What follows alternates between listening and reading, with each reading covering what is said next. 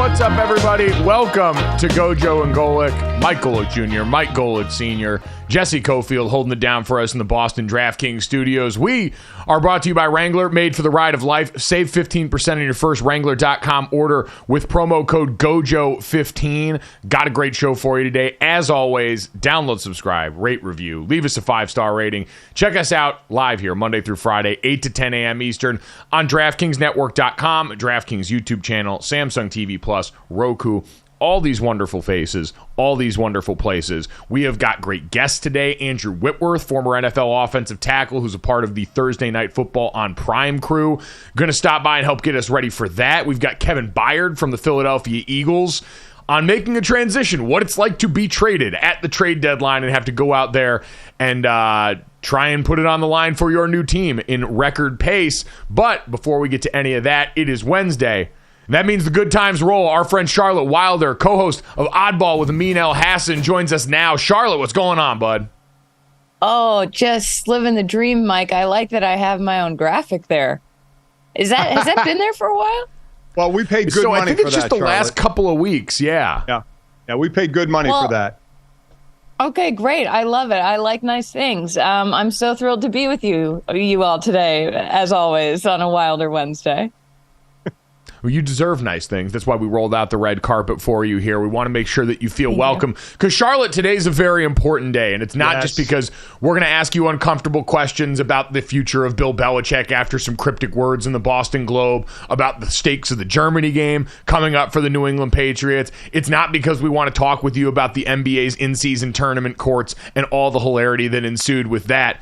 It's because, Charlotte, you picked a great morning to come here because we have got a moment. History will look back kindly on this moment in time for the glory that it is. Because yesterday, we saw a tease. People's sexiest man alive still, I think, has some cachet in this country and in this world at this point. And yesterday, we had a great moment for large excellence. Charlotte, where were you when you found out that Jason Kelce was one of the people featured as People's Sexiest Man Alive this year? They could not give away the ultimate winner, but they said he is one of the many people that will be featured in this year's magazine. First of all, I say to People Magazine, you're cowards for not giving it to Jason Kelce outright. That man has earned this award. Well, anyway. Mike, I was brushing my teeth last night. That's what I was doing. And then I saw an email from one of you, and I was like, oh, yes, okay, this is exactly on brand. So thrilled for Jason. He looks good in those pictures. And it looks like if I, as someone who watched the Kelce doc and knows too much about the Kelce family, looks like they just shot the photos right in front of his front door. Am I right? Well, yeah, it doesn't. I don't think Jason is big into some kind of photo shoot. Hey, Jason, how about I stand in front of the door, wear my underdog shirt, and you take a picture of it, and we go from there. Jason is probably one of these. About the actual honor, I bet he cares less than the fact that we all thought Travis was going to be one of the guys because of the whole, him and obviously Taylor Swift thing. I think, Mike, that his now ability to hold this over Travis's head is even more important to him than the fact that he's on this list of sexiest man alive.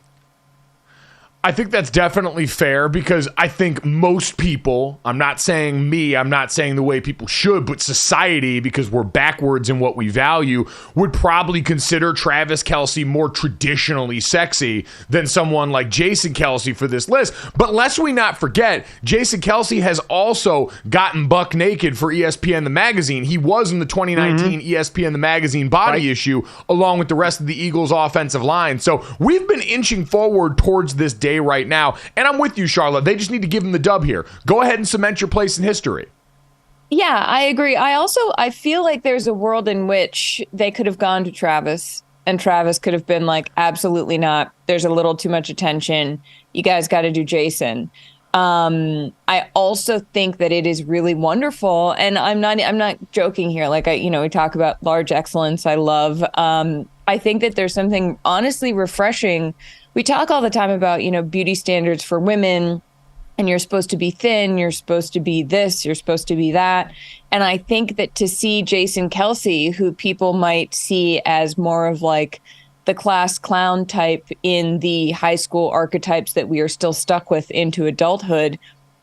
He looks great. Like, why shouldn't he be there? It makes you sort of question, okay, so after years of being fed like Brad Pitt, Patrick Dempsey over and over and over, then you see this picture of Jason and it's like, he 1000% deserves to be there.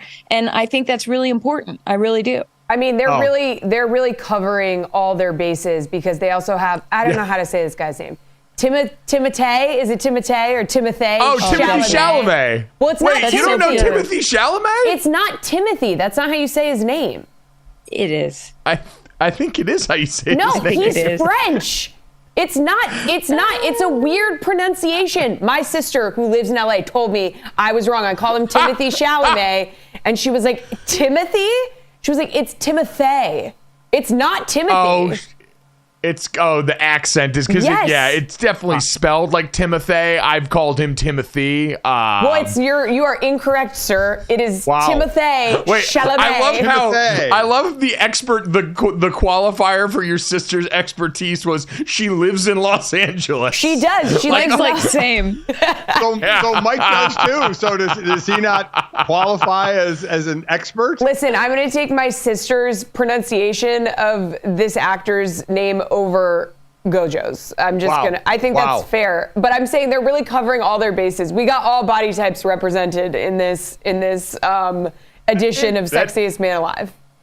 I saw a TikTok about, I bless this show. To have this space is just really a gift, you guys. I saw a TikTok about how Taylor Swift was in her thin neck men era, and now she's in her thick neck men era, and how as women, you're either a thin neck woman or a thick neck woman. And if you like thin necked men, you may be able to like thick necked men. But if you're a woman who likes thick necked men, you will never go back to thin necked men. And so I just think this is a real win for the thick neck. What the hell are we doing that's here? Really oh my accurate. God. That's really accurate. Where have we gone? Where have we gone in society now? Bring us back, Senior. No, but that's true.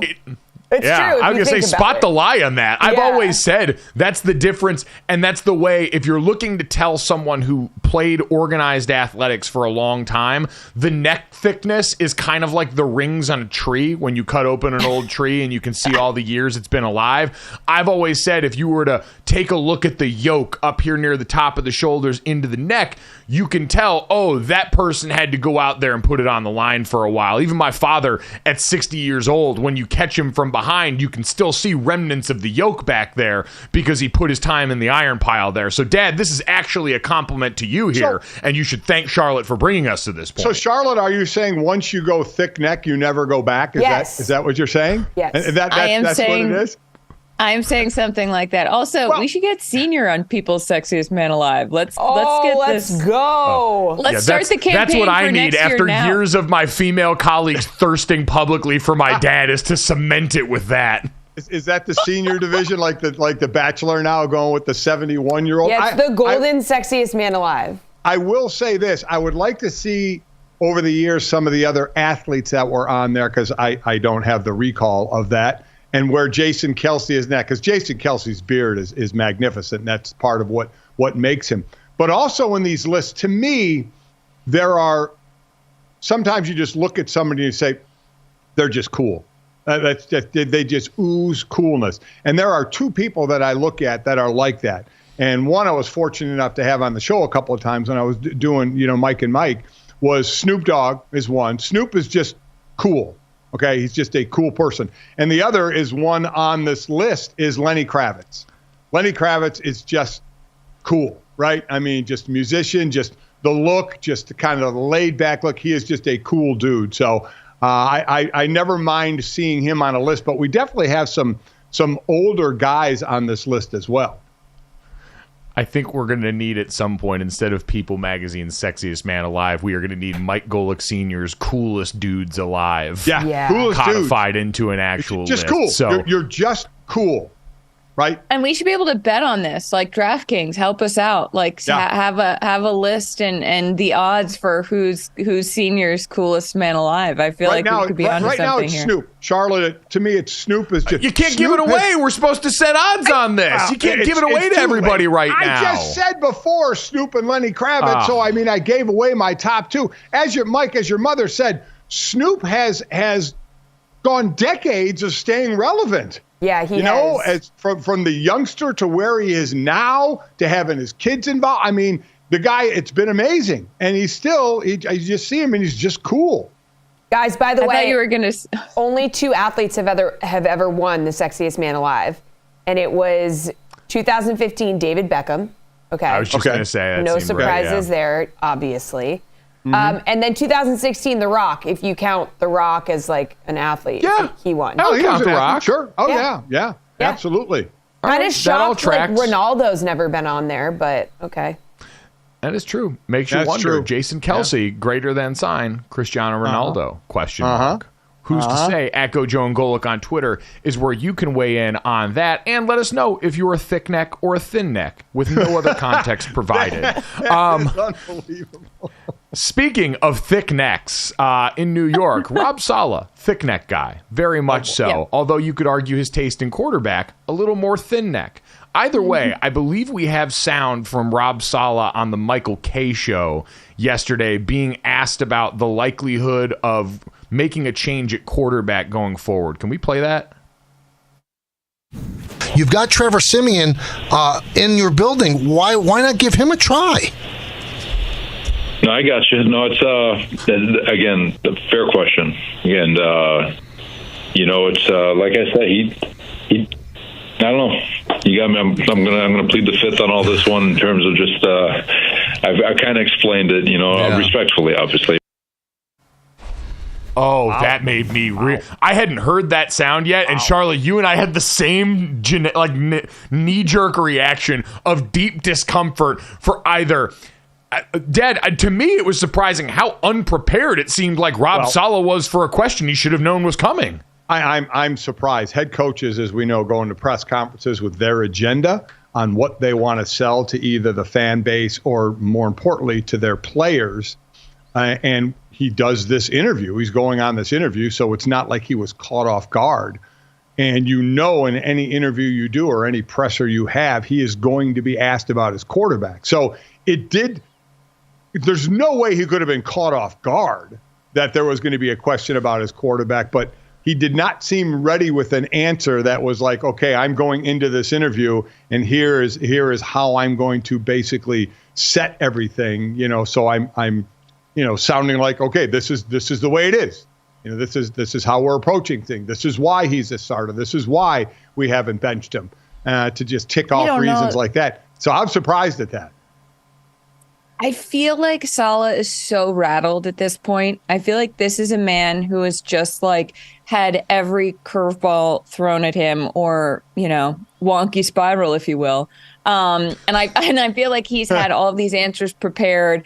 And I think at a certain point, he's just been verbally juggling this whole season. He's been put in an impossible position where he has to be like, yes, I see what's happening on the field. I understand why you're asking me this. I also have a group of 50 plus men in the locker room that are going to hear what I say. I also have one specific quarterback who is going to hear what I say, and his name is Zach Wilson. And he has to play he's got to be on 5 different islands at one time. And so I'm not surprised that at a certain point it just comes out as because you can only do so much. I don't know if you guys agree. I just feel like he's also got to be exhausted at this point. And at a certain point, I think that your brain just sort of starts to wind down. This is, to me, a moment to appreciate Mike Tomlin even more. Because when you look, Mike Tomlin, especially towards the end of the Ben Roethlisberger tenure and into now, has been dealt some curveballs in terms of that portion of their roster and how they've had to deal with it. But also, the Mike Tomlin secret sauce, I was talking about this with Kevin Clark yesterday, is consistency in his message, even though he's got such an individual relationship with all the players. And so you get up in that moment, and if I were to put my coaching hat on in that spot, the easy answer, and the one that seems like it would come from the Mike Tomlin school of handling press conferences, where you're right, right, Charlotte. He approached every press conference, and he said as much. I know exactly what message I want to send to our fan base, to our team, to the players around here. And it doesn't matter what I'm asked. I'm going to get to the message that I want to send there. And Rob Saleh was reacting instead of dictating on that interview, because the easy answer, if you're going to be the PR firm that goes out here, and I've always said, consulting, I'm available if you want to do this, because the easy answer there is, hey, at this point in our season, we're evaluating everybody right now, and we're going to make sure we got the best 11 out there that gives our team a chance to win. The quarterback is no different in that regard. Zach means a lot to this organization, and we appreciate the progress that he's made right now and believe that he can still play winning football for us. That's the nothing burger that covers all of your bases, which is a lot harder to do on the fly when you're reacting to that question and not walking in saying, this is exactly the talking point I want to get out with the quarterback. And it's difficult because Rob Saleh hasn't been doing this as a head coach for a long time, like a guy like Mike Tomlin, and he is in this blender of a media market like New York. So, Dad, all these things compound, and shout out to Michael K for asking a really direct question. And Charlotte, you're right. It was verbal juggling, and it's a position a head coach shouldn't be caught in. They should go in, like Mike said with Mike Tomlin. I mean, you don't get that guy off guard or get him in an awkward position. He's going to send the message. And the answer you just gave, Mike, was right, because what you're trying to do is you're trying to dictate what you want to say, again, to your players, to whoever you're trying to send the message to. Second thing, and we've always said this from the player's side, but it's true from the coach's side as well, is you don't want to be a reason why more questions get asked. And what's going to happen in the locker room today? That is going to be brought up today. Hey, this is what your coach said.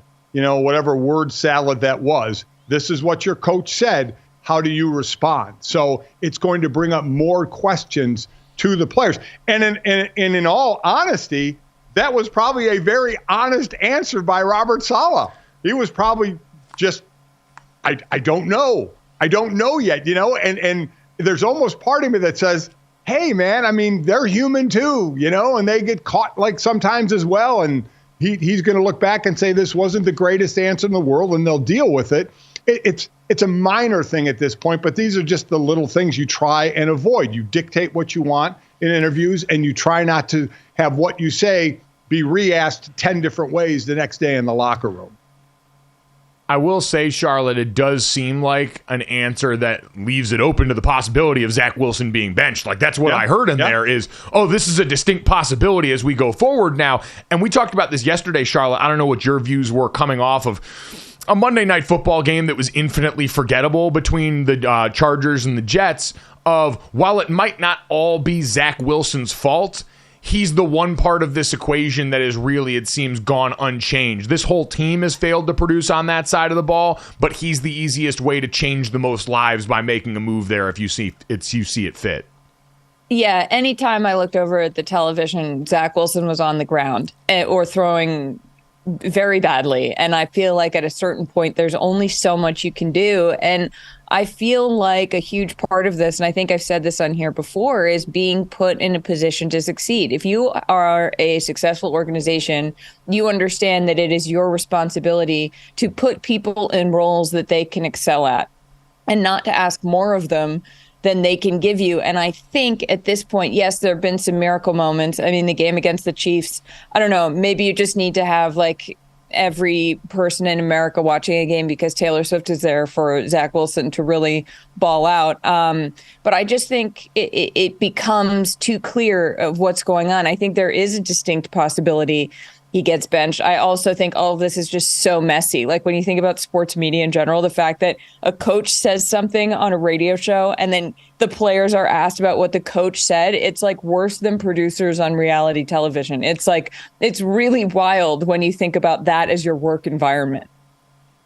And a lot of it quickly, Mike, placed on now Nathaniel Hackett. You see what you have out there, an offensive line that's been juggled, a quarterback that's been getting hit and holds onto the ball. Now you have to kind of massage plays that way, kind of like Tommy Rees at Notre Dame last year when you didn't have a throwing quarterback. How do you massage the plays that you're going to have? And that's going to be really, really important now if Zach Wilson is still staying out there, is how do you run this offense with the way it's playing? Yeah, the Zach Wilson portion of this conversation has sort of clouded the fact that there are a lot more problems on that Jets offense than just him.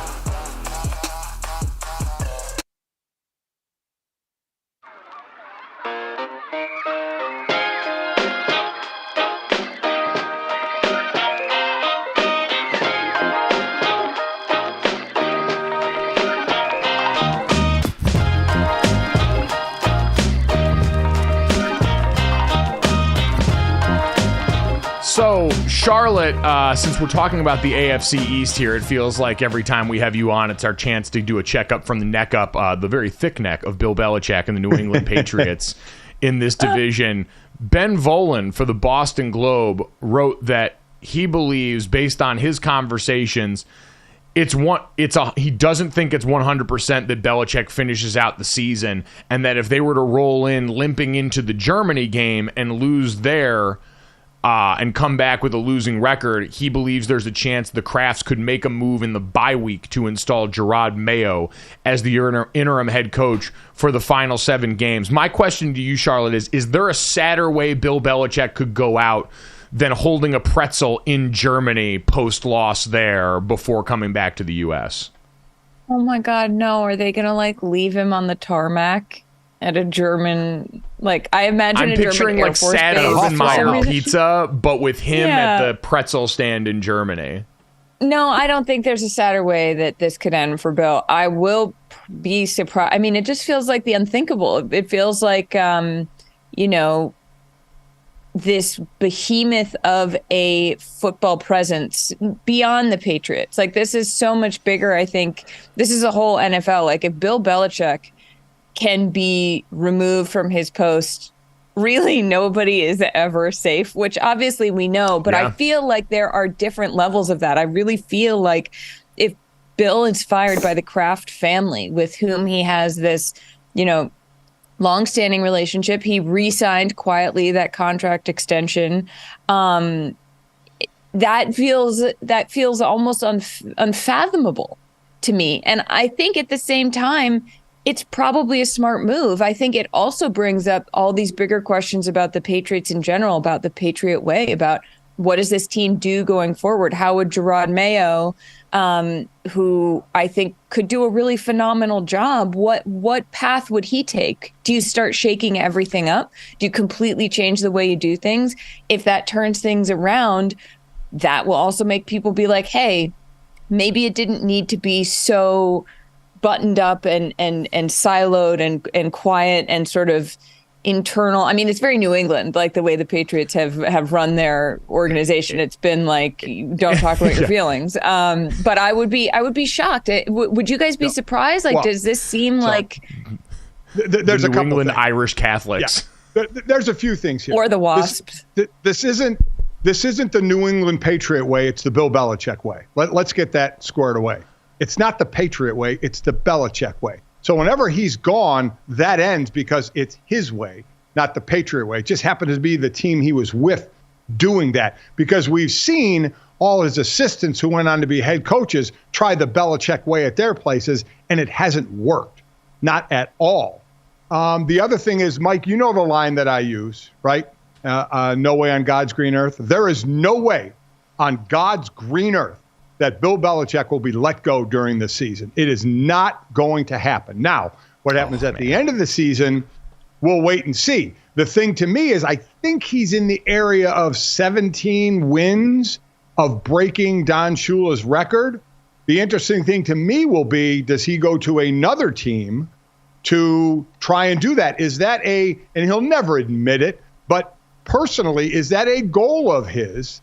To say, to himself or to his inner ring, is this something that he wants to accomplish? And if he's not going to be with the Patriots to be able to do it, will he go somewhere else, or will he ride off into the sunset? I think he'd be, Mike, like a lot of athletes, great athletes who get hurt, not even great athletes who get hurt, but don't want to go out being hurt, want to come back and show that they could come back, that Bill would want to go be somewhere and show, listen, I can still do this. I can win. But would he do that to break the record? But back to the original question, I don't think there is any way he is let go during the season. I felt a lot better about him not getting let go until you God green earthed it, and now I feel like that almost makes it certain he is going to get fired coming back from this Germany trip if they lose this game to the Colts. I am very nervous for Bill Belichick right now. The Gerard Mayo of it all is very interesting to me, Charlotte, of how he would go about this, because we've got recent precedent of what happens when a former player takes over as head coach in the middle of the season when someone who's a Belichick disciple was fired. Antonio Pierce has gone total oppo He's looked and said, we're going to give guys days off. We're going to rip stogies in the locker room. We're going to have the practice squad guys on the sideline. It's all good vibes right now. It's all very player-centric. It's all polar opposite of that. But that's also Antonio Pierce's background. He came up in a different now, albeit the Tom Coughlin Giants weren't this bastion of freedom for everybody. So take that for what it is. But I would be interested for Mayo, because he is a guy that not only came up as a player, but as a coach under Bill Belichick.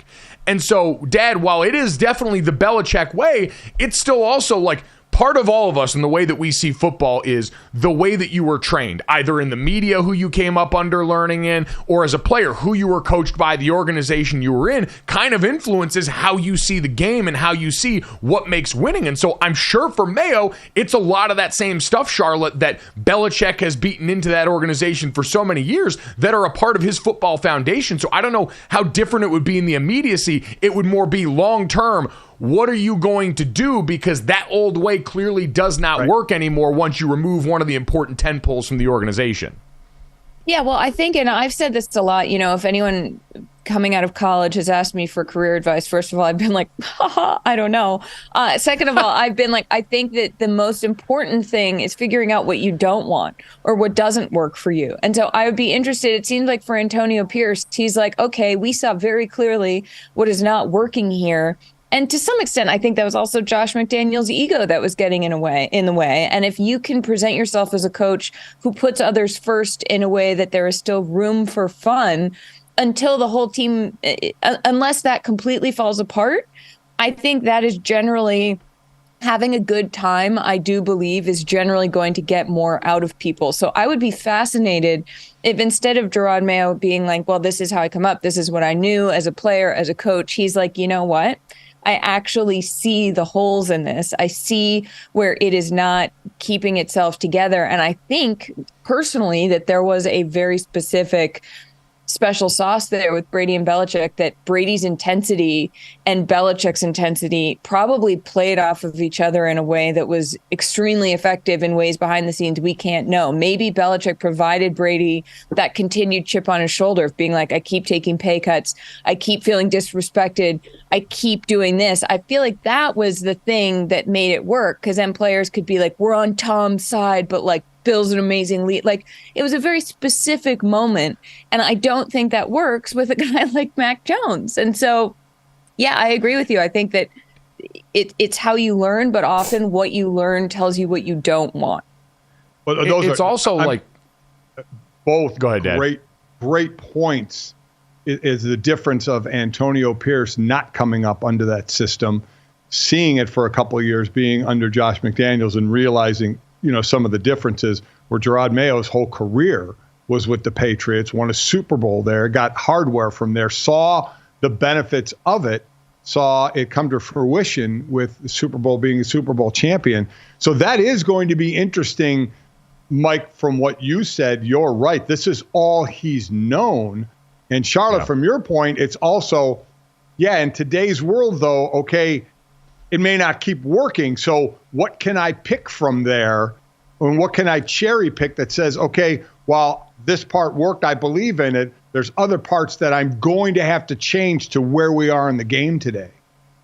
Yeah, I think the Patriots' approach, and I don't mean this to sound demeaning, has always been a little bit more collegiate in that it's been about the program. When college coaches come in, there's this very stark regime change usually where they're showing everyone, this is how we do things under us. This is what goes on here. And you've even seen at that level, part of it at successful programs has changed a bit in recent years because of what Dad's mentioned, is you've got a different generation of player that you're now coaching that has different needs and different buttons that you've got to push with all of them. But the Patriots, it allowed for long-term success because you controlled more of the variables and you whittled it down to this assembly line approach right now. And I'm wondering if, to sustain things, especially the way you were able to start that franchise, does that work? But now as you're trying to revitalize something, when you're trying to jumpstart something new, do you need a little bit more of a Dan Campbell approach? Do you need something that's a little bit more personal, a little bit more individualized? That's going to be the part we have to wait and see.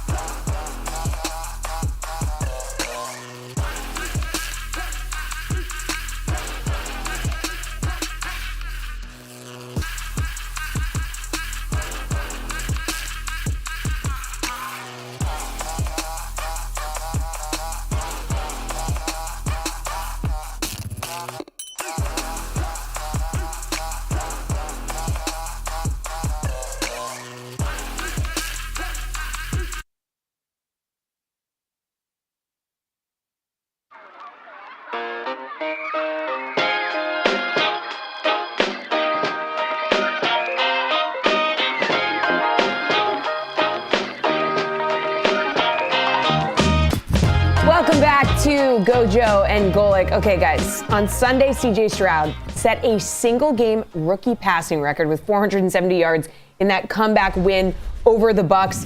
Let's take a look here and see how his offensive rookie of the year odds have shifted a bit throughout the season, especially after that particular game. So week 1, we have him at, plus 700. Week 3, all the way to plus 1,300. Then week 5, okay, plus 175. Week 7, we're moving on down to minus 135. Then week 10 at Cincinnati, minus 500. Guys, what has CJ Stroud's success taught us here? And I mean, minus 500, these are the current odds that we're seeing in this guy. We got to hop on this, right? Yeah, this seems like a veritable certainty at this point. Now, I'm starting to hear the whispers that he should be involved in just the big boy MVP, not the kids' table MVP that we give out to the rookies here. And, Dad, what I feel like it teaches us at the very least is that the notion of making lump assumptions in evaluation, like, Ohio State quarterbacks can't play in the NFL, is dumb, and that we continue to underrate the importance of the environment you end up in, and quite honestly just had a hard time predicting that the Texans could turn around the vibe in that building and the foundation in the building as quickly as they did. Yeah, see, what happens is you get lumped in. It was like Alabama and Ohio State. For a long time, they had not put a quarterback into the league that had done anything, right? So you start to say, well, okay, they're great in college, but they can't do it in the NFL. We've seen that before with other quarterbacks, especially quarterbacks that have won the Heisman and don't do anything in the NFL. And then it had been Ohio State quarterbacks can't make it in the NFL. Alabama quarterbacks can't make it in the NFL. Now we're seeing that change, certainly with Tua and with Jalen Hurts. Jury's still out on Justin Fields, but CJ is coming very strong to this one here. And he is by far and away the offensive rookie of the year. The next in line to me would be Puka Nacua. Puka is 4th in the league, not rookies, 4th in the league in receiving yards, 4th in the league in receptions, only has 2 TDs. But I think he's second. And the guy, I think a lot of people had, I think I had CJ at the beginning of the year for this. I think, Mike, you had Bijan Robinson. He's 9th in the league in rushing. We've seen him play great, and we've seen him not be on the field miss the game with headaches and such as well. We've also seen Arthur Smith decide that apparently we're just not going to give the ball to the really good rookie and try and justify it in a bunch of weird ways. So Arthur Smith seems to be actively subverting his rookie of the year odds. It does seem odd, but I think right now it's number 1 CJ Stroud by a long shot, and then Puka Nacua would be number 2. But CJ, to me, the biggest, without question, number in his stat line is the number 1. Only 1 interception for a young quarterback is truly incredible for a team, again, that is, we all think, exceeding expectations, sitting at 4-4. But he's a large part of why they're exceeding those expectations to Charlotte. The Texans overall have been fascinating, but I feel like we went from conversations like that, doubting him overall because of the lineage of that position in Ohio State, the debate about him and Bryce Young at number 1 coming off that big, great game that he played in the college football playoff against Georgia, to now this point where, and I got asked this question by Kevin Clark yesterday on a show that will be released today, his great podcast, This Is Football, about positioning CJ Stroud relative to Drake May and Caleb Williams, these great can't-miss prospects that are getting ready to come out in the draft right now. And if a couple of months ago, Charlotte, the Texans would have gladly traded their lot in life to get one of those guys and secure them coming in versus CJ Stroud, who now I'd imagine they wouldn't move off of if you tried to pry him out with a crowbar. No, and I think that something fascinating here is a lot of times people with the most hype coming into the NFL do not pan out as well as people who come in a little bit under the radar, maybe with doubters. I mean, I feel like we've seen it over and over where it's the bust of the first, the second pick. If I'm the Texans, there's no way on God's green earth, as Senior would say, that I'm getting rid of CJ Stroud. I also think it's so lazy to have these conversations about Ohio State quarterbacks don't work out. Alabama quarterbacks don't work out, because that is ignoring so much about the individual person. Because I think that while environment determines so much about how you behave, I think it is doing a disservice to the individual to assume that once someone leaves an environment, they will behave the way everybody else has once they've left that environment, or they will behave the way everybody does in that environment. And I think what CJ is doing in Texas is also, and with the coaching staff there and all of the turnover and the ugliness that we've seen there over the past couple of years, I think it's also a testament to how one or two bad apples can really rot the whole bunch, and how if you clean out if you get rid of the lowest common denominator in terms of personnel who are affecting an environment, you can actually at least begin to change that, and at best, as we're seeing now, you can really excel. Yeah, the Jack Easterby of it all that quietly got shuffled out of that building after all the toxicity that surrounded that last year, and bringing that in. Charlotte, I think that brings up a great point, because you're right. It's a simultaneous problem of it diminishes the individual and their unique strength. Like all of the Ohio State quarterbacks that we've seen come out recently between, Justin Fields and Dwayne Haskins, the late Dwayne Haskins, unfortunately, before him, all very different quarterbacks, but they play in a similar system. And Dad, I wouldn't say that, looking at pedigree coming out of college is always necessarily a bad thing, right? Because, for years I've talked about, especially scouting offensive line, there were certain programs for a long time with specific coaches, Notre Dame, Alabama, Georgia, where you could trust the kind of coaching these guys are getting, the kind of program that they're in, what they're asked to do in a way that translates to the next level, where what kind of stock you're buying there. But then the second part that Charlotte mentioned still comes into play is, you've got to be fertile ground for that. So many prospects are screwed up a lot more than they are bad themselves. See what happened. I mean, we've got the perfect recent example with Trevor Lawrence and everything that almost happened with him in Jacksonville under Urban Meyer, and how different it is once you go out there and uproot the thing that was the actual problem and replace it with a staff that's going to be much more able to maximize your prospects' best results. I think that's just as much part of what's gone on with CJ Stroud, because of not only DeMeco Ryans, but Bobby Slowick, their offensive coordinator, and the plan they put in place that met their rookie exactly where he was and has now allowed him to even transcend that. No, listen, I agree, and I agree with the lazy narrative for Ohio State and Alabama quarterbacks, because everybody is different. They play different. But what you can look at is what you talked about with styles with offensive linemen. Like, you can do the same thing with a quarterback. What kind of system are you in? How much are you looking over to the sideline for the next play? How much work is being done for you?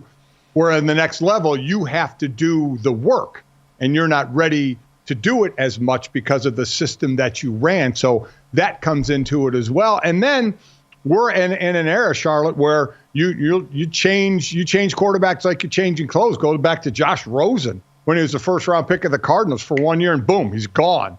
And now we're seeing that. What's Justin Fields' future that he's playing for? We're looking for him to be gone. You get this 1-2 year. You don't even take the entire rookie contract to see what you have. If you see, another guy with potential, that's always a thing, right? Is, boy, look at the potential, as opposed to a guy who's been there for a year or two, like a Justin Fields, who's turned the ball over a lot. I think he could be a really good quarterback, but he's had a lot of turnovers. And you think, wow, look at Caleb Williams, look at Drake May, Michael Penix, Bo Nix, Shedeur Sanders. Is he going to come out? There's a number of quarterbacks who haven't been in the NFL, but we're like, wow, look at the potential. But we know 50% of them, if they're in the first round, are going to fail. Because they're expected to overcome the deficiencies of other people. That's what we always do to quarterback. We say, you're here to smooth out the problems in the offense. And in the NFL case, you're here to smooth out the problems of the organization. Justin Fields, another perfect example. What about the Bears' operation around him seems like something that was setting a rookie quarterback up to succeed, Charlotte? Nothing. Absolutely nothing. I also think there's a problem of abundance now. When you have this many good quarterbacks coming out of systems that prioritize throwing, that prioritize that kind of quick thinking, it's like a dating app. You just keep swiping and you think that it's always going to be something better than what you have. And that is not necessarily true. And I think the Texans proved this out better than anyone could. Yeah, I think the Texans fixed a lot of the other problems in their organization. They went to therapy, they did the work, they got healthy, and now the next relationship they got in is wonderful, and it's bearing fruit for them. And it's a lesson to other organizations. The right man isn't going to fix all your problems no matter how far he throws the ball.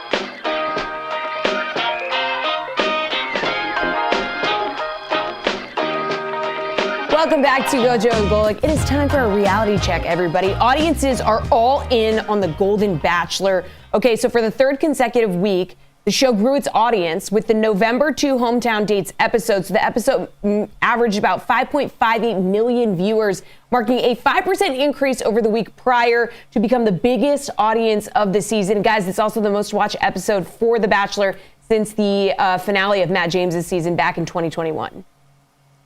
All right, you know what? I wasn't sure. I had purposely kind of ignored the numbers around this because I wanted to just enjoy the experience on my own. But Charlotte, it has been the exact shot of life that I expected and hoped it would be for a franchise that felt like the formula had gotten a little bit stale. We injected a little bit of maturity into this, and we shortened the window down to an hour, which I cannot stress enough. Shortening the life cycle of a lot of these plot elements has made a world of difference. Yeah, when I tell you that I have thought it was Thursday every day this week because I am so excited. They ended on a cliffhanger. I knew they were going to do this. We don't know which of the final three, Faith, Teresa, and Leslie, Gary sent home after hometowns. And it's funny. The Bachelor was like such a huge part of my life for years because I would recap it first for USA Today, then for SB Nation.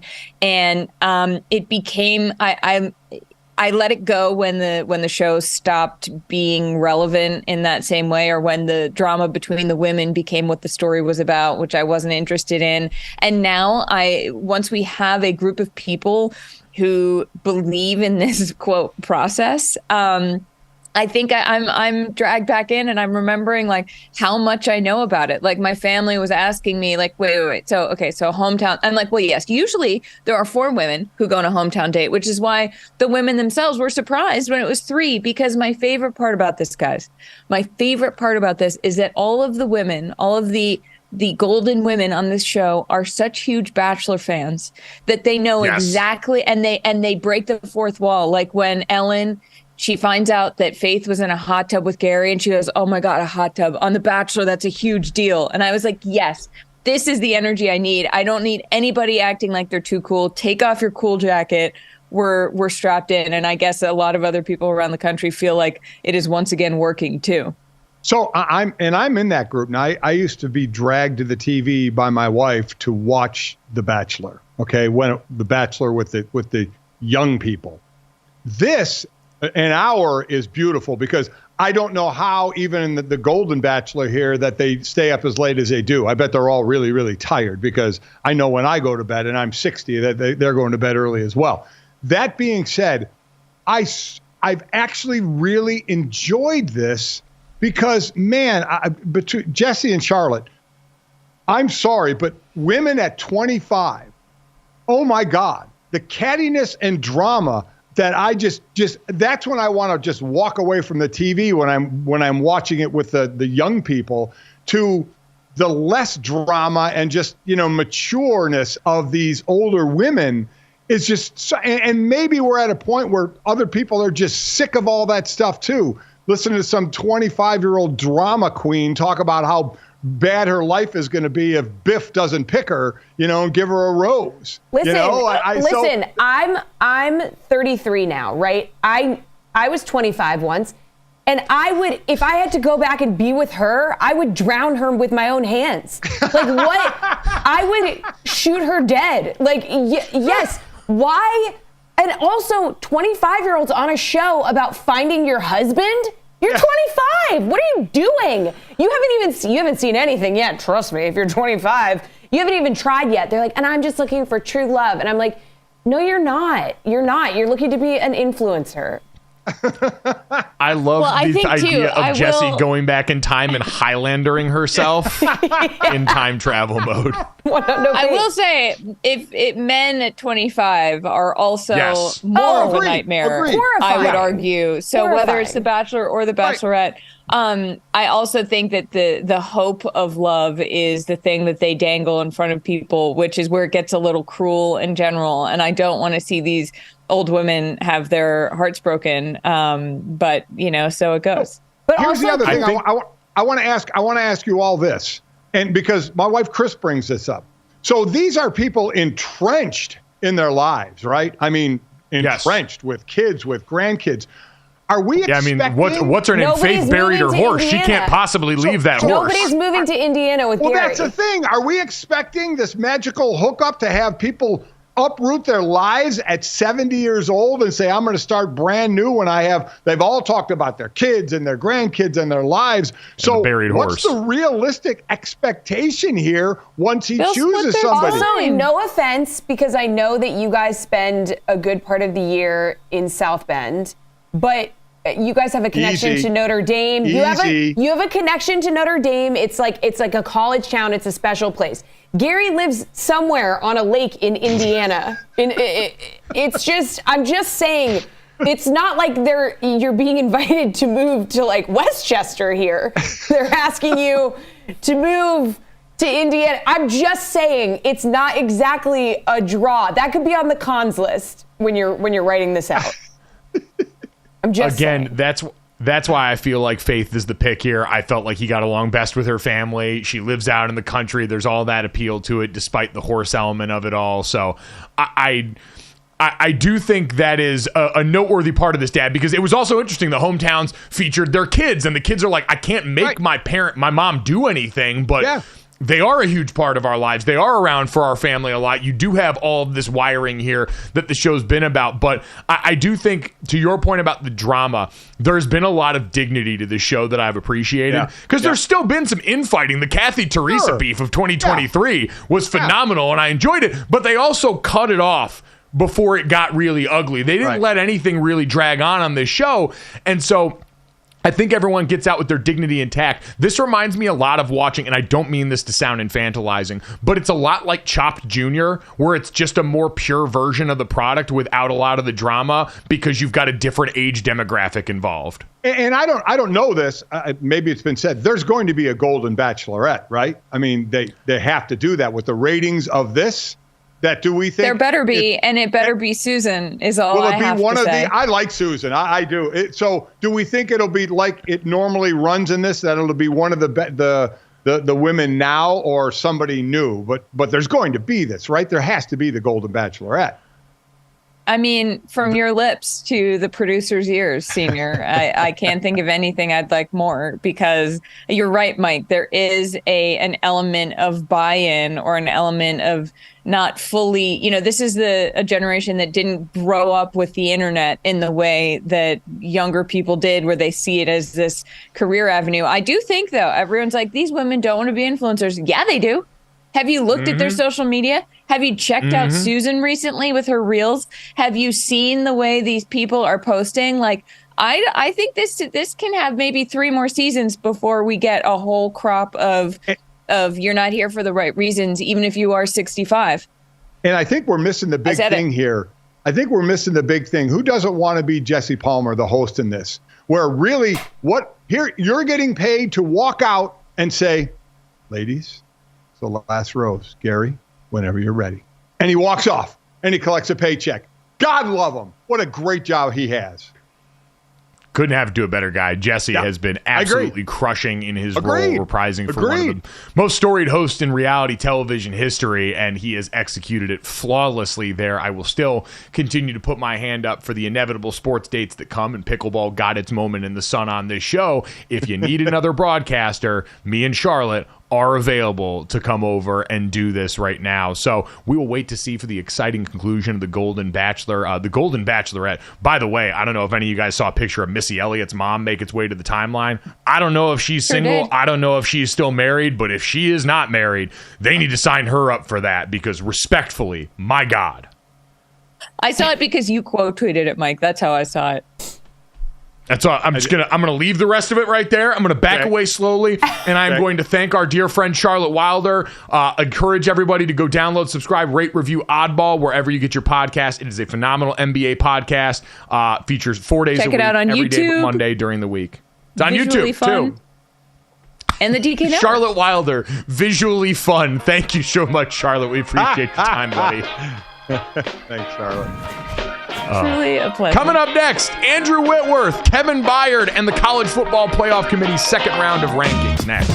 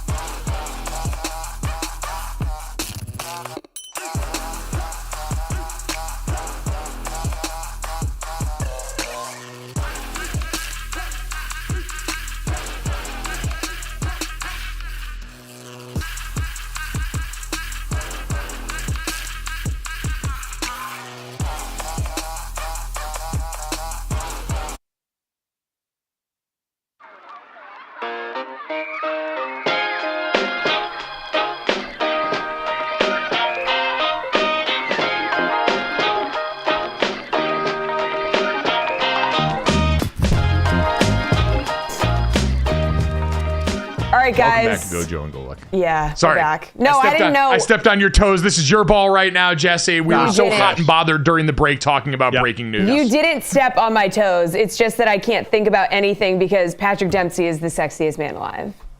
And you're good with that. I'm great with that. Are you McDreamy? He's like he's so hot. I guess here's what I don't understand is when they pick it, are they going on looks, relevancy now? What are they doing now? I mean, that's what I don't know the criteria. I think it's people's sexiest man alive, so it's probably are you real sexy or not? Yeah. And if you're not real sexy, you're probably not going to be on the list. Didn't he win this like 20 years ago when he was McDreamy? Yeah, I mean, I don't remember, but still got it. Are you of all people age shaming? No. I'm not denying that he's still McDreamy. He definitely is now with a little bit of that is a silver in the hair. I think that's a fantastic look. It just seemed like that they would do someone more of today who's like popular now today. It just shows the staying power of McDreamy, and also he's good looking. I want to it's a big wing for short kings. He's 5'9". So we just got to clap it out for him, a short king. We love to see it. I mean, so a thin neck. I don't know if this show in particular stands a short king, but Yeah. I'm saying we're showing love to a short king because you guys have been genetically blessed with height. Okay. Okay, there we go. Yes. So according to Charlotte, with the thin neck, thick neck, we have a thin neck winner then. Oh, he's for sure a thin necked man. Yeah. Yes. Okay. Absolutely. All right.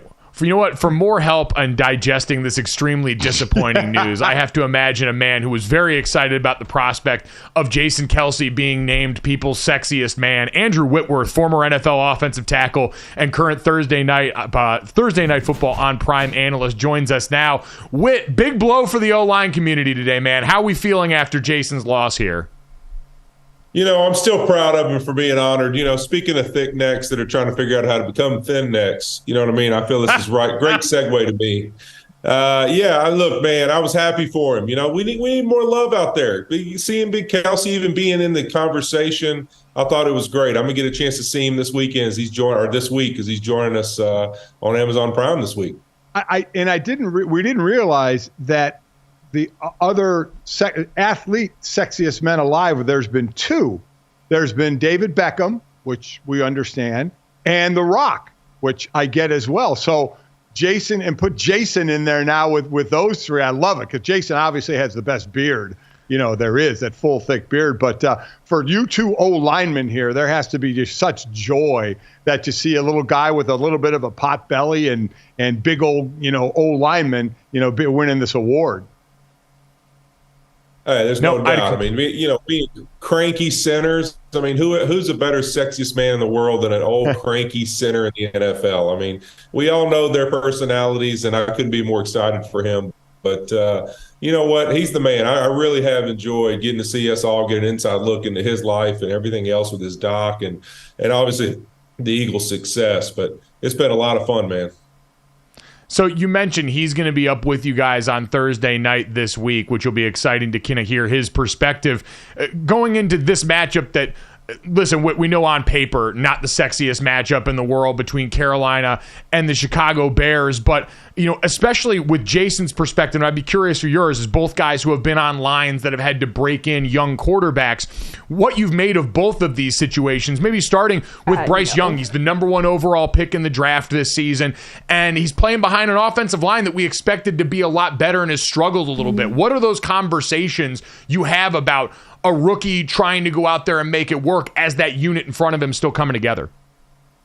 Well, I think that's really the challenge, right? I think that you look at a lot of these young quarterbacks, I think it's so important that they have a veteran offensive lineman that they can really lean on, some guy that's that captain type individual on their team, because they need that guy in their ear throughout the season, really convincing them that not only, this is the NFL and there's going to be struggles and all those things that, responding to adversity, but just the little nuances that, hey, man, as a quarterback, it'd mean a lot to the line if you did X, Y, and Z. if you communicated in this certain way with us in certain situations in the game. I think all those little things that you just kind of are in their ear about throughout their career. I mean, I did it with Andy Dalton when he was a rookie, with Jared Goff when I got to L.A. I got to see how Carson Palmer was when I got to Cincinnati originally.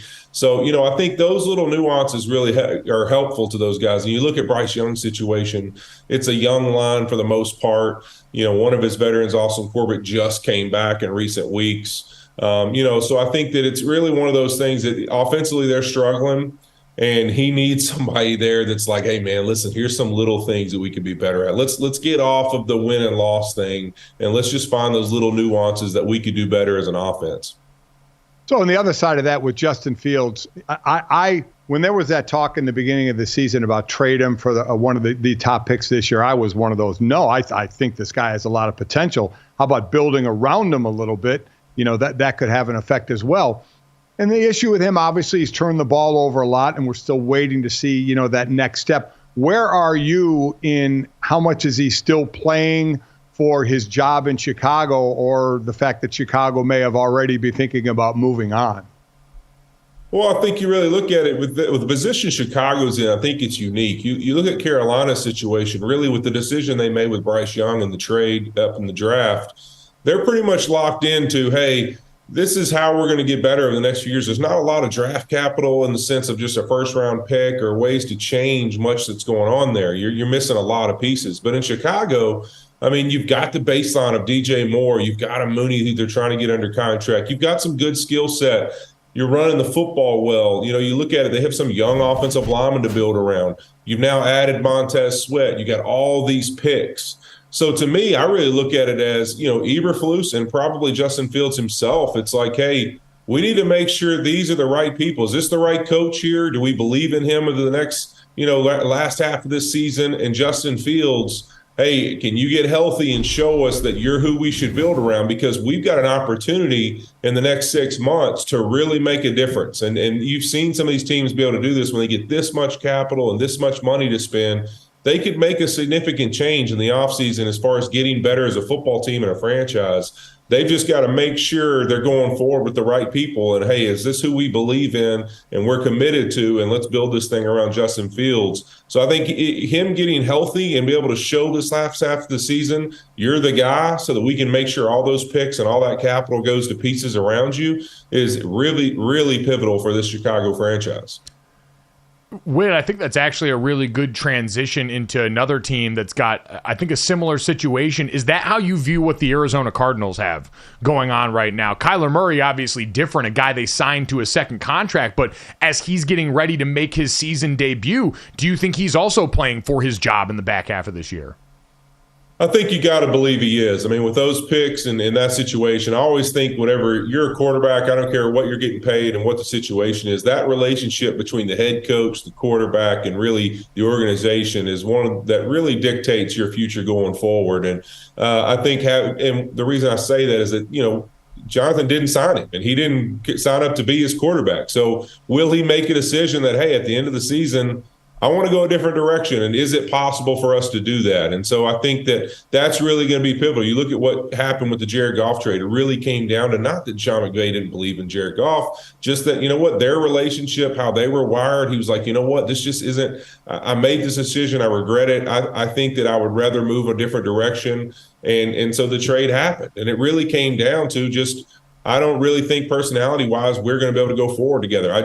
For me, it's not the best thing. And so I think that it'll be interesting to see what the Cardinals decide there. With Kyler, we've talked about it, his demeanor sometimes, his attitude sometimes during these games. Will they want to commit to that and see if this new coach believes in Kyler Murray being the guy that he wants to move his career forward as a head coach? And we also bring up that part about the injury protection. If he were to get hurt and not pass a physical in March, he's guaranteed $30 million. So they're playing with that as well if they put him on the field, which can be real interesting. All right, Whit, I have back-to-back questions here for you about the Eagles. They just get the win over the Cowboys. They have their bye, and then they have a hell of a stretch: Chiefs, Bills, 49ers, and Cowboys again. First, all of us have been on the line, me on one side, you guys on the other, and done short yardage and goal line plays. So if all of a sudden you're done playing, you have a coaching cap on now, and you're getting ready to play the Eagles, you have to get ready for the brotherly shove. How are you instructing or working on your defense to stop that? I think I've seen about every effort out there. I'm probably going to end up being Micah Parsons, just taking it for a ride for 3.5 yards last week. I thought that was probably the funniest clip of the whole game, just watching him sit on top of the pile while it moved for 3 yards. But, I think it's amazing to see their success rate at it. Every week I feel like I watch and I go, all right, this team that they're playing this week has got a plan, and we're about to see it get stuffed. And then we're going to see what they have to do off of it. And every single week they find a way to get it done. And I can't wait. I mean, being around Jason the next couple of days, I have so many questions, man. I want to figure this out because I don't understand how he every single time is able to keep that leverage battle, win that battle. And people are going to say about his height and all this bull crap. We've seen plenty of guys lose that leverage battle regardless of their size. And he is absolutely insanely good at it. And so is their entire line. And so I really want to know how they train it, because to me, it's really unbelievable to see the efficiency and really effectiveness they have with that play. I don't know how you'd stop it, because right now nobody's proven they can. You're right. I think he entered the league at 6'2". He'll leave the league at 5'10" because of that play. To me, I've been screaming forever, stop jumping, or exactly what happened to Micah Parsons is going to happen. You're like on a wave on a surfboard and just getting taken. My thought, Whit, is put two guys behind your interior D linemen and push them. Push them right back like they're pushing like the old Jalen Hurts. The old field goal block. Yes. Try something like that, and we'll see if somebody comes up with something. So the second question is, we've seen other teams try it and other teams fail at it. We've seen them succeed, the Eagles, all the time. And we know it's going to go in front of the competition committee. Next year when the season starts and the first 3rd and 1 for the Eagles, will they be allowed to use that play still? I think they're going to be allowed to use it. I think it'll be hard for the league to really stop it. I mean, I think that, when you look at the injury rate, really, it's not something that's just alarming and jumps off at you. And it'd be silly to me for them to really just go after one play without really an injury-related reason to say that, with proof. I mean, not something you hypothetically think that injuries are going to happen. And the only argument I've ever said against it is that, we did get that removed from field goal and PATs, being able to push on the defensive side. So if you're not allowed to push on the defensive side, why would you be allowed to do that on the offensive side would be, the greatest argument against it. But let me tell you something. As a rookie in the NFL, when you come into the league and, Haloti Ngata is getting pushed by Ray Lewis, it's a lot of fun on PAT. Let me tell you something. The field goal, when the coach says, hey, listen, it's only going to last for a few seconds. You're going to end up on the back of your head and your teammates will pick you up. Just go with it. It's a brutal moment. That's for sure. It is a brutal, violent moment right now that is skewing in favor of the offense this time, which is, I think, why I've enjoyed it so much. And with overall, big picture in the league, it seems like that's one of the few areas. Everyone's talked about what a defensive renaissance it's felt like we've seen this year. So many great units, a lot of D-lines living behind the backfield. For you, as someone that most recently had to try and block a lot of the mutants that we see up front on defense, what do you attribute all the defensive success we've seen early in this season to? Yeah, I think you really look at it, it's, obviously there's a lot of great individual players out there, but I think that, as I kind of study the game and also as my last couple of years in it, man, the challenges that D coordinators and some of these rush specialist guys are able to create for offensive lines and really the quarterback and schemes and stuff is like no other. I mean, I can remember, early in my career, it was like, hey, you got to figure out how to pass a TE and an ET, right? And now it's like, man, you got people twisting and stunting and moving from all over the place. You don't know who's rushing, who's not rushing. You're getting picked from one side to the other. I just think that, they've been able to do a great job of matching, what they do up front to the coverages they're going to play behind and really keeping teams, with a little bit of a guessing on these 3rd and longs and 2nd and longs. And so I think it really, you see that as a struggle. And then also teams have gotten so good. I feel like every single week I sit up here, I study our stuff and I go into the game and I go, wow, this team's really bad in the red zone. And then I go, the next week, it's like, oh, these two teams really bad in the red zone. It's like everybody's struggling in the red zone, apparently. And so, it's like these defenses have gotten so good in those short areas. Whenever you condense really the yardage there in the red zone to where you can't really throw it over people's heads. Now, you know what, the vertical stretch isn't there. It just shows you how good these defenses are getting. They've been able to defend every play. And so I think it's just that evolution of defenses are catching up a little bit right now, but somebody's going to find a way offensively to find that thing that kind of creates that separation here eventually. So true. There's many more stunts, I think, I'm with you, being run this year on the D-line, and a lot of that is because they're working, so you keep doing what's working. We talked at the beginning of the season, I think everybody agreed, the depth of the AFC, the potential winners that you could have out of there. Do we think it's that deep anymore? Are we going 3 like Kansas City and Cincinnati the way they're playing now, and Baltimore the way they're playing now? Or are we still going deeper than that? It seems like the number is shrinking. I agree. I think the number's definitely shrunk. And I think that, I had this conversation last week in our production meetings. We were talking about, do you feel drunk sometimes trying to follow the league and figure out who's good? It's like, I'm so confused, like who's good, who's not. And I said, I don't think we are. I think that, the reality is with everything we are week to week with fantasy football and betting and everything else in sports, it kind of drives us to be driven to, hey, just what happens in this exact moment, and you get disappointed. But the reality is, if you sat back and said, let me dissect who are the top teams in the NFL and who are the best of the best in every conference, and let me tell you why this team's going to lose at the end of the day, you can dwindle it down to probably the 5 or 6 teams on both sides combined that are going to be there at the end, and we're all going to be watching to see how it ends up. And so I think that, to me, it's a shorter list than probably we want it to be, but we just don't want to sit down yet and define it. Well, unfortunately, I'm going to ask you before we let you go, who would you put on top of that list right now? If you had to say this is the best team in the NFL at this point, who would it be right now based on all that? I think in the NFC, for me, it's still the Niners and the Eagles that, I think at the end of the day, they're going to be there playing to see who goes, and San Francisco is going to need to be healthy. And then on the other side, I don't think much has changed. I'm going to say that one of these two teams has to be the team that represents out of the North and AFC North. And so I'm going Bengals. And I said at the beginning of the year, I thought it'd be a Niners-Bengals Super Bowl. I've at times felt a little shaky about that the last 7 weeks. But you know what? The Bengals have been on a roll, baby. And so I'm riding with them. But I think it's going to be Chiefs-Bengals again.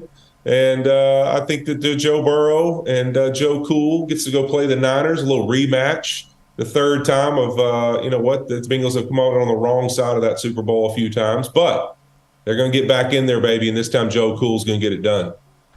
Diamond strong hands from Andrew Whitworth holding on to that Bengals stock from early in the season. He weathered the storm, and now he gets to march to the promised land. Baby. Let's go. Whit, we appreciate the time as always, man. Looking forward to you and Jason chopping it up on Thursday night with the rest of the crew on Prime. Appreciate the time, man. Yeah, thank you guys, man. Have a great one. Thanks, Whit. Mike, I can't wait till he talks to Jason Kelce about the brotherly shove. You just see him get up after each one of those. Everybody, helping him up at the end of them. Just how much it looks like it hurts on that play. Honestly, the thing I'm most amazed by is that they have had, and I almost don't want to say it and jinx it, but that he gets the snap off every time in that environment. Yep. Because the hardest thing as a center, I was trying to have this conversation with someone last week when an errant snap ended one of the games, and your body's constantly going in different directions that are sometimes in opposition of where your arm's going. It's similar to being a quarterback in that you drill it and you do it over and over again to try and account for, hey, when I got to reach someone and run real wide, I have to make sure that I'm cognizant my arm motion has to stay the exact same way because I got to get the ball back to the quarterback. In a short yardage situation, Dad, as you've always described, it's elbows and bleep holes in these spots where you're getting ready to try and go down at somebody's knees as hard as you possibly can, and you got to snap the ball up and back and do that before everything else. I'm amazed he gets through that, but for the crowd that says, why don't they just run this every play? You're right. Look at Jason Kelce's face after each one of those and tell me a little part of that man doesn't die every single time they do that. No wonder you've got to try and maximize the potential for that because it's hell on earth for that dude. Oh, it's brutal. It's brutal, yet he'll do it until the day he retires. And like I said, it'll be about 5 inches shorter. Yeah, exactly. We saw if retirement wasn't already on his mind after the documentary we saw, I'm sure another season of brotherly shoves will add to that. Coming up next, let's get to the College Football Playoff Committee's next round of rankings.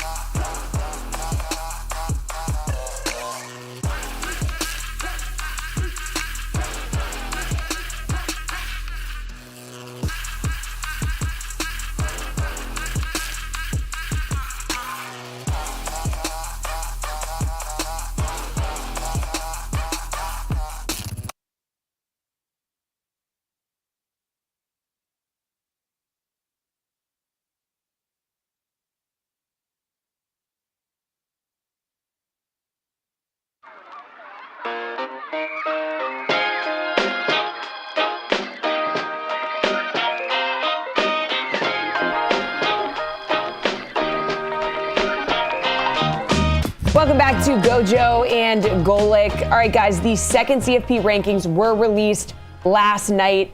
So we have Ohio State at 1, Georgia at 2, Michigan at 3, and Florida State at 4. Then, at 5, we have Washington, 6, Oregon, 7, Texas, 8, Alabama. Guys, Ohio State, this is interesting, still plus 110 to make the CFP on the DK Sportsbook despite the number 1 ranking. What are our thoughts for these rankings? Obviously, there's still a lot of potential for movement here, guys. Yeah, so nothing really changed this week, Dad, in terms of what we saw up top. We have now reached the CFP eliminator portion of the season where we can pour one out for our fallen homies at Oklahoma who got dropped in the last round of Bedlam that we've got on the books. And so now with 2 losses, they're out of it. That's why you see Alabama moves up, Ole Miss moves up to 9.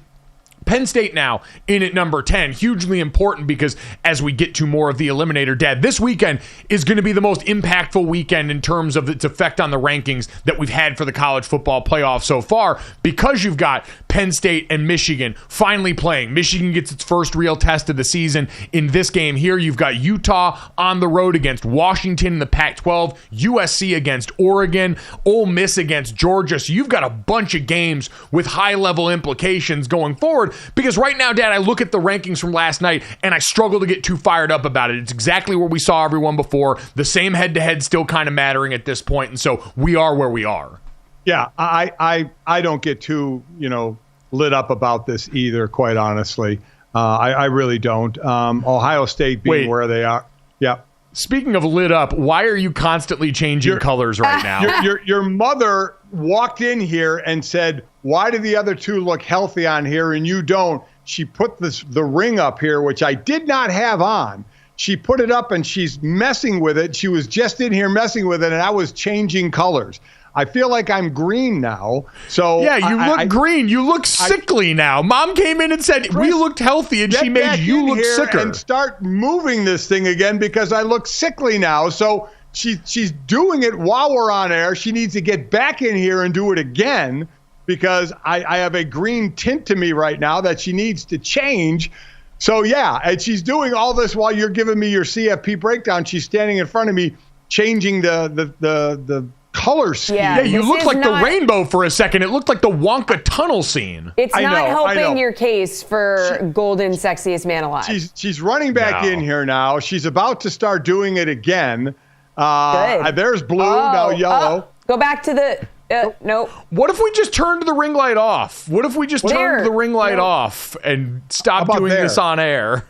Well, I think it's fun, though, don't you? Yeah, it's kind of like excitement. I'm sure it's great for the podcast audience. They're loving this. Podcast audience, I'm changing colors as we speak is what's going on. It's something to behold.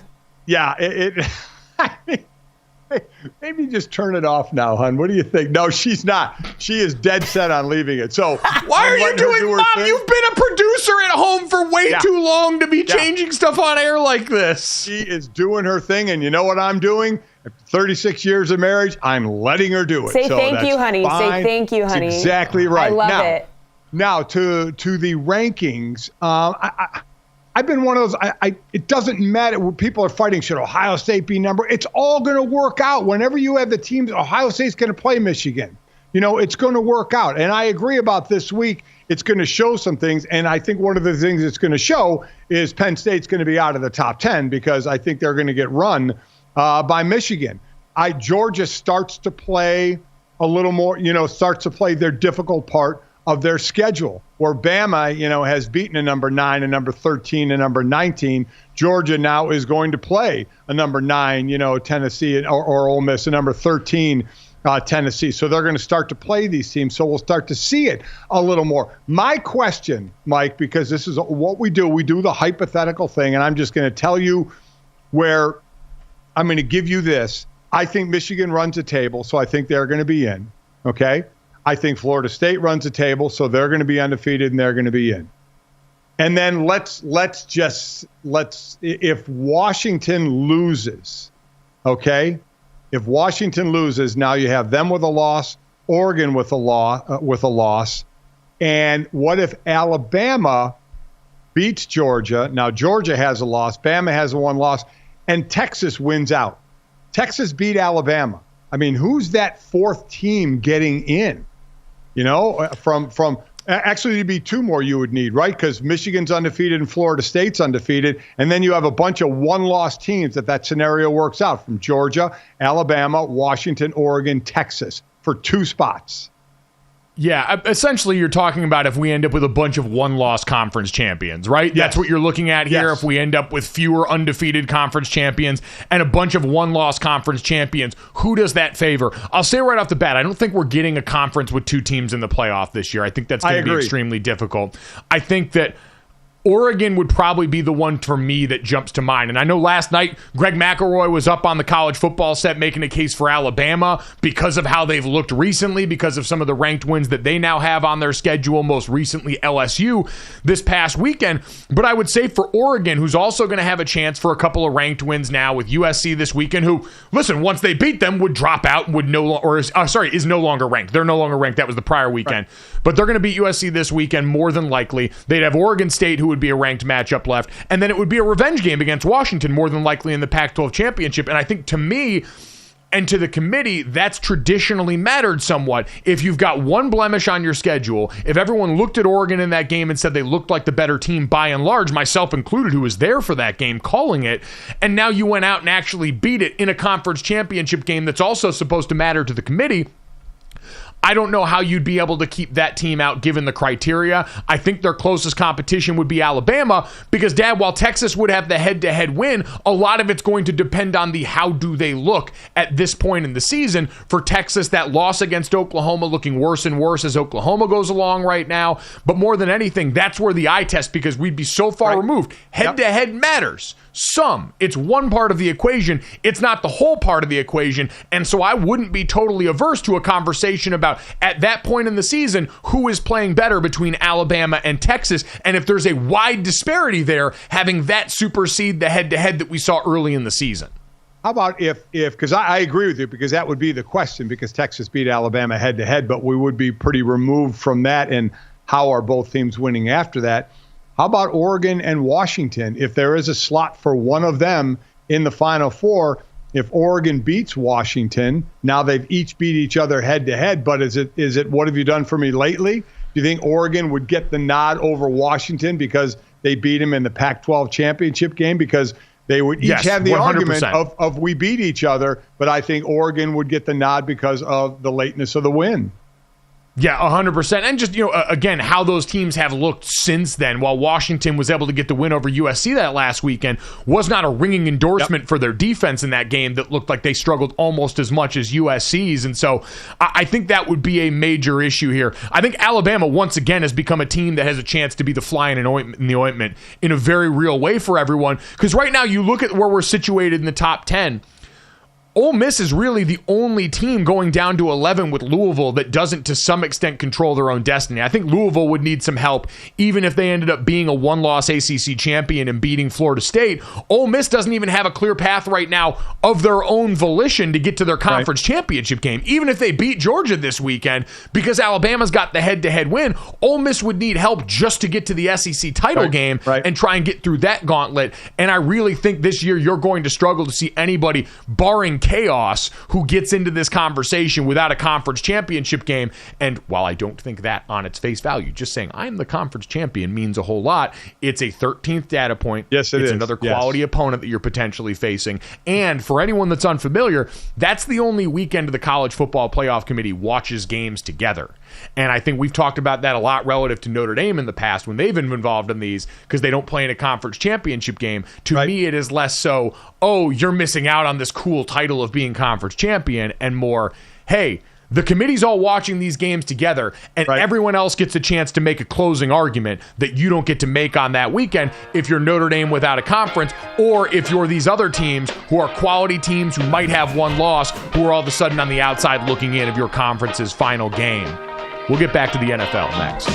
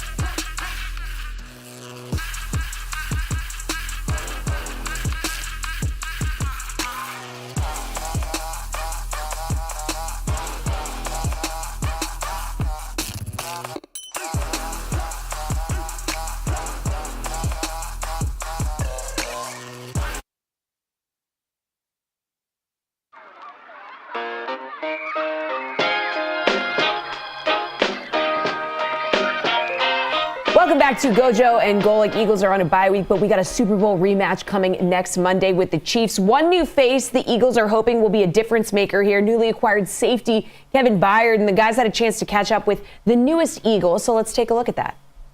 All right, very excited. And I still imagine, Kevin, it's weird getting introduced now as Philadelphia Eagles defensive back Kevin Byard here. Have you gotten used to that at all in your first couple of weeks? It's still taking a little bit to get used to.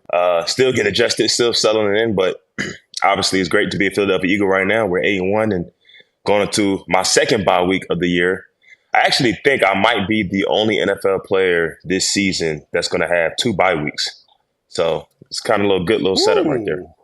I was going to say that's a nice little setup you got working there, a little more rest for the body. And aside from football, how is it you end up back where I think you grew up until you were about 14, 15 years old, grew up in Philly. So how does that feel going back there? It's great, man. Honestly, I'm living a dream right now. Obviously, have some great years in Tennessee. I got drafted by the Titans, a place where I played my college ball 30 minutes outside of Nashville. And it's kind of like a full circle moment to be able to come back to Philadelphia, a place I grew up in, can actually just drive down the street and visit some old places where I used to play basketball and play football and go to elementary school, middle school. So it's been awesome. It's been a dream. And obviously being able to spend time with my family, it's been great so far. So wait, with that in mind, because I'm sure I want to get into the inside view of someone who's been traded and not just, the back end of a roster move. You were a captain. You mattered a lot to this Tennessee franchise.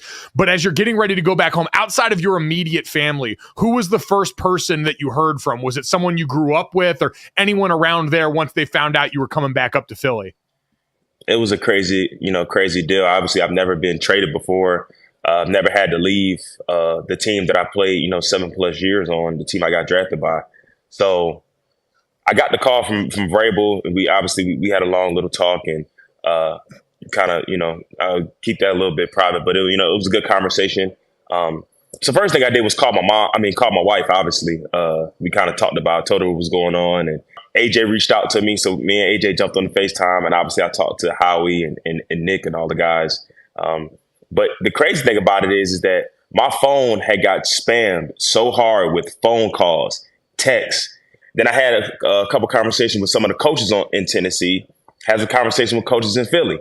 And so while all this is happening, it's probably within like an hour, 2 hours, I have a lot of family calling, people sending text messages. And then I'm thinking like, oh man, well, I got to pack some clothes because I got a game this week. You know what I mean? So it was like, this thing happened so fast, and I ended up catching a flight like 6 a.m. the next morning, shook 100 hands, took a physical, and then I end up diving straight into the playbook with the coaches. I didn't leave the facility that day to probably like 8:30, 9 o'clock, and literally got up in the morning and had my first practice. So it's been a whirlwind the past couple weeks. The smartest thing you said there was your wife was your first phone call, and that was the right move. 100%. Yeah, without a doubt. So trading now in the NFL, I mean, even when I played and then talked about the game for so long, the NFL trading deadline was just a day that came and went. Now it's become way more important. How about from the side of, it's one thing to change teams in the offseason when you have the whole offseason to learn a new playbook.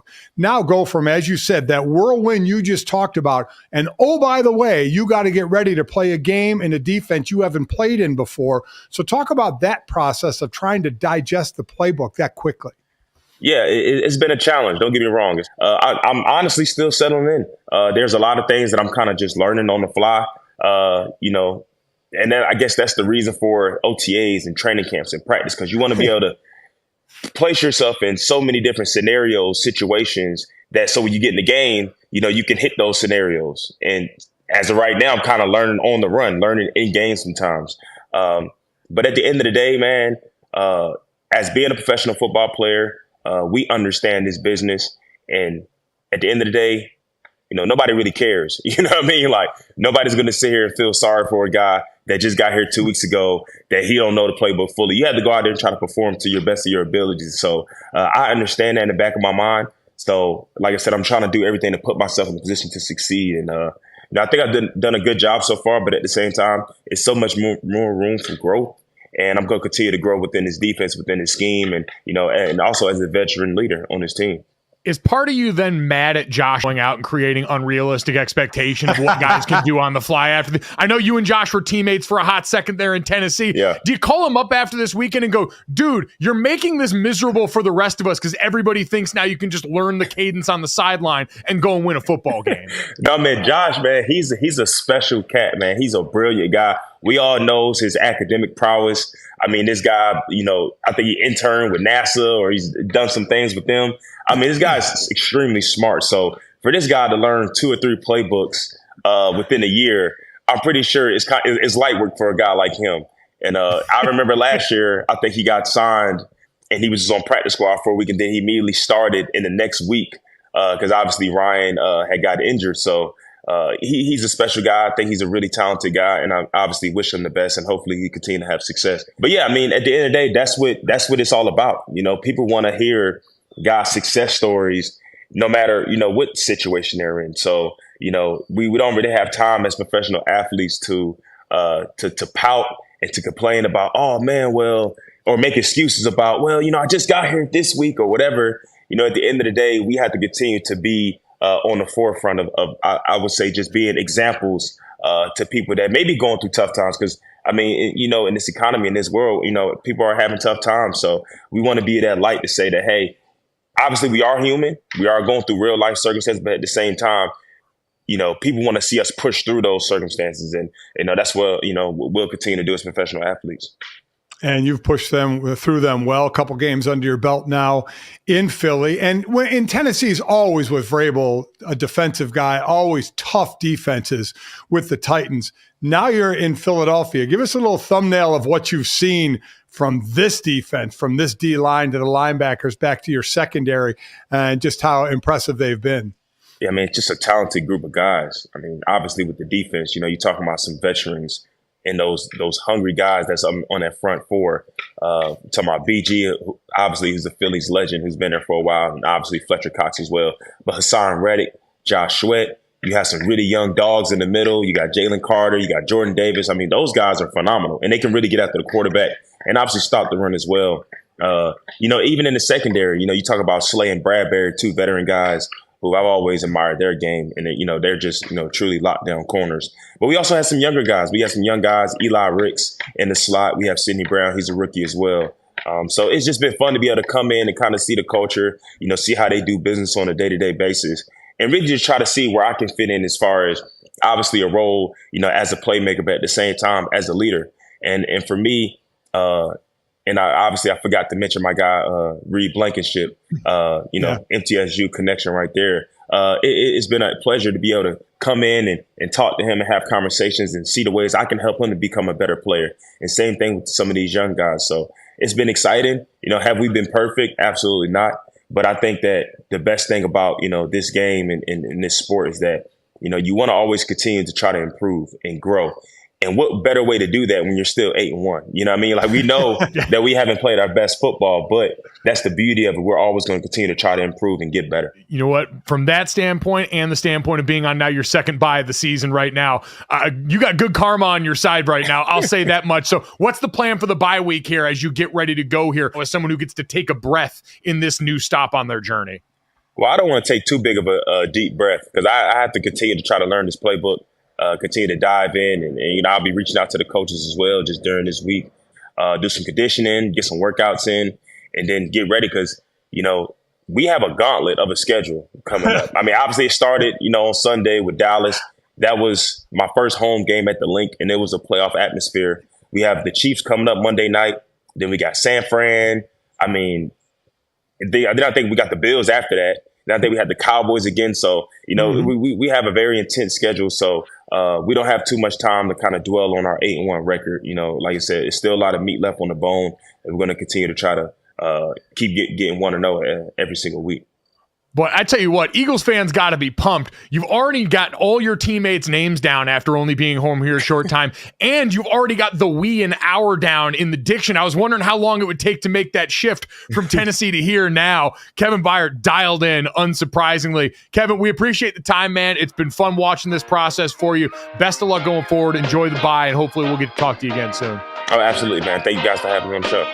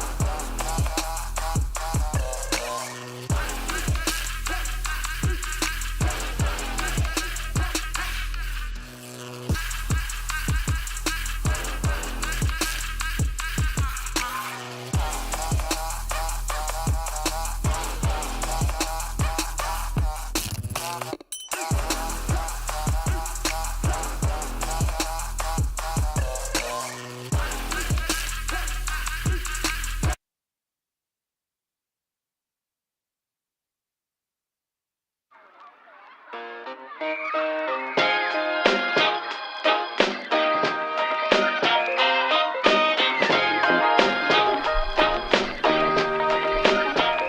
right, guys, time to finish this off the way we always do. This, that, and the third. 3 quick stories to send you off into the rest of your day. As always, hit us with the download, subscribe, rate, and review. Leave us that 5-star rating. Check us out here live Monday through Friday, 8 to 10 a.m. Eastern on DraftKingsNetwork.com, the YouTube channel, Samsung TV Plus, and more. And if you missed any of our great guests today, we just talked to Kevin Byard, now from the Philadelphia Eagles, Andrew Whitworth, former NFL offensive lineman and current NFL on Prime analyst, and our dear friend Charlotte Wilder, co-host of Oddball with Amin El Hassan. You can listen to any of that wherever you get those podcasts and right here available on YouTube when we get done with the show. We will get to one of my former teammates getting called out in a big-time way about a wardrobe issue.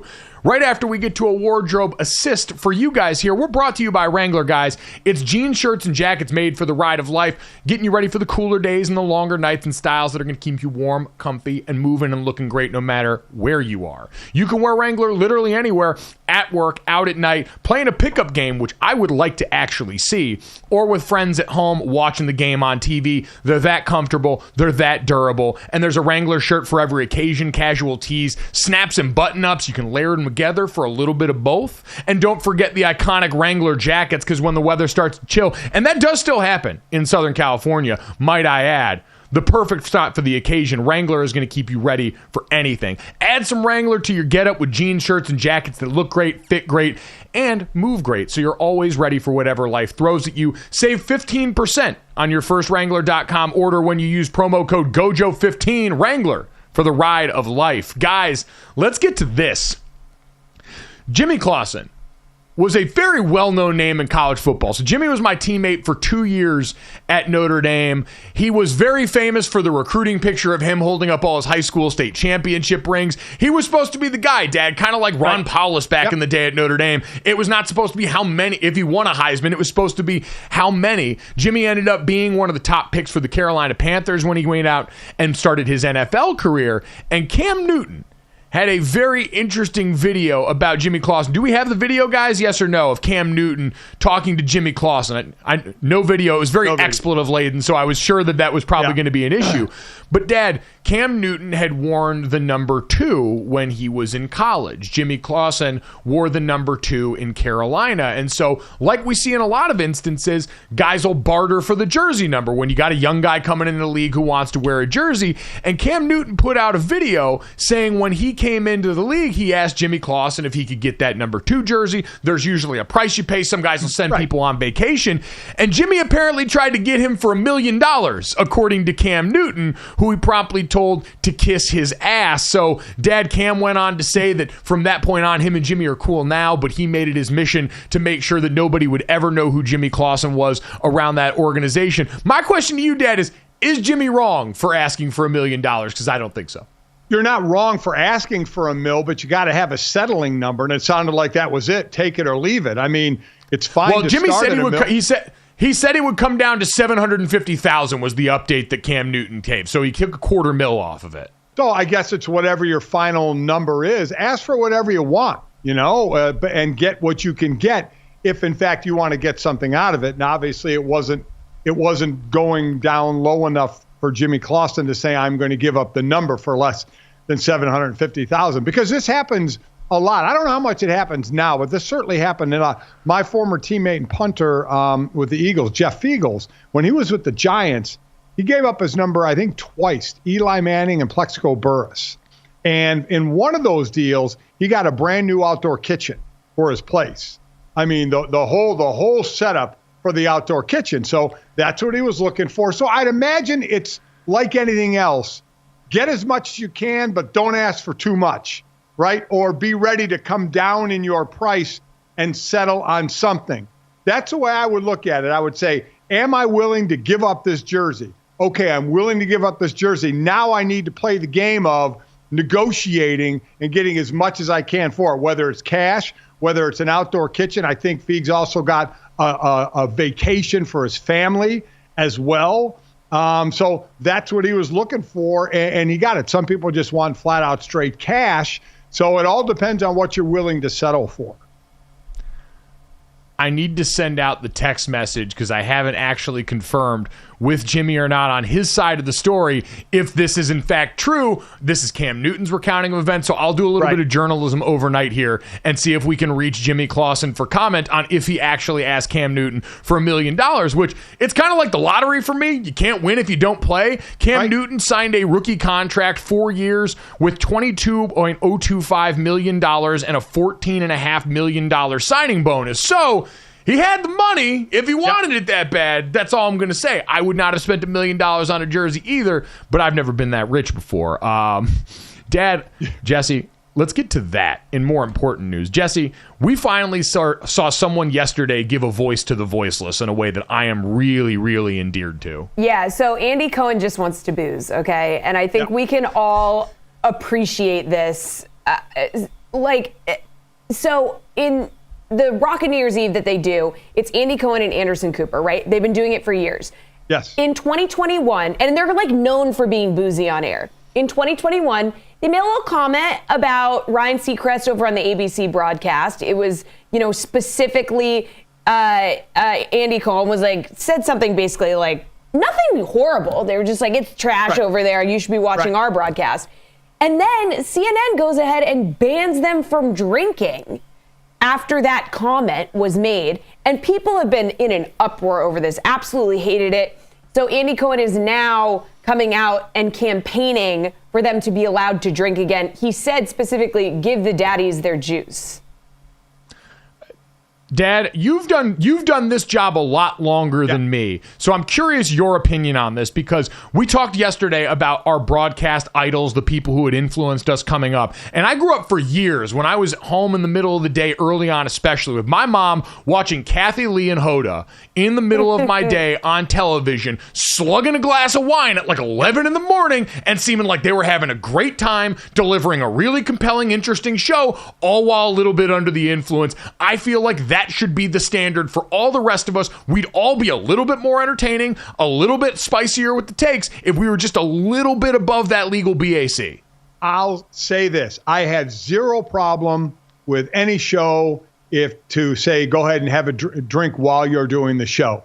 But if you're going to do that, you have to live with the consequences of then if all of a sudden you get some loose lips and maybe say something you shouldn't have, or the alcohol we know becomes a truth serum. And now you said, because when you say it, it's just like when you hit send, it's out there. But it wasn't you can't bad. Delete it. It wasn't bad. No. Jesse, I agree. That wasn't bad. My point is, it can get bad. And I don't mean just with these two. If we let people drink during a show, someone's going to say something that is going to go in a very, very bad direction. So that's my point. Good. I don't care. I would love to be having, a morning toddy while we're doing this show, without question. But if we say something then dumb, that's on us. You have to know you're responsible then for your words. And we know alcohol can loosen those lips a little bit. Okay, but we should petition DraftKings to, on my first show back from maternity leave, let us drink during that show. Absolutely right. Yes. Completely agree. Amen. We'll get hammered. File that one up the flagpole to our bosses here. Jesse, let's get to the third. Speaking of something that's going to require drinking.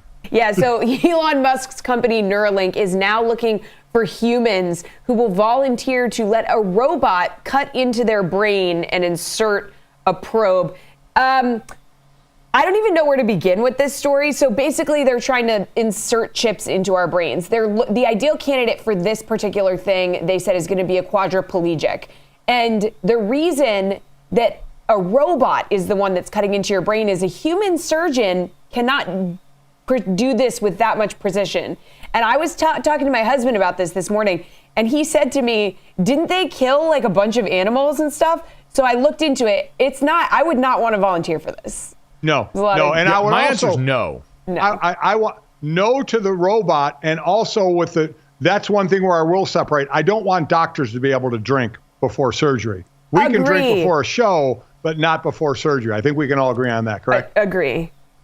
I don't want Elon Musk anywhere near my brain. I've seen what he's done to the website that I've called home for a while. I don't need him doing that to my brain. If we've improved your brain without a chip, make sure you download, subscribe, rate, review us, leave us a 5-star rating. Thank you so much. Have a great day. We'll talk to you guys tomorrow. Probably drunk.